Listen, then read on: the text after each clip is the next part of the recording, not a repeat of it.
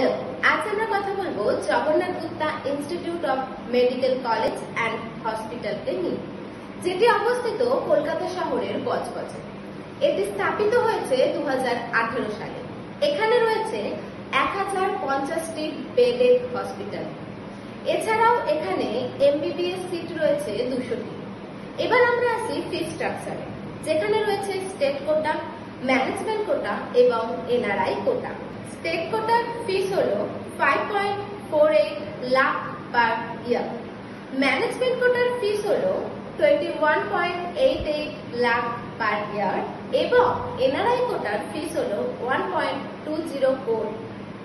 এছাড়াও এখানে রয়েছে মেস এবং হোস্টেলের ব্যবস্থা, যেখানে ফিস হলো 1.44 লাখ পার ইয়ার অনওয়ার্ডস।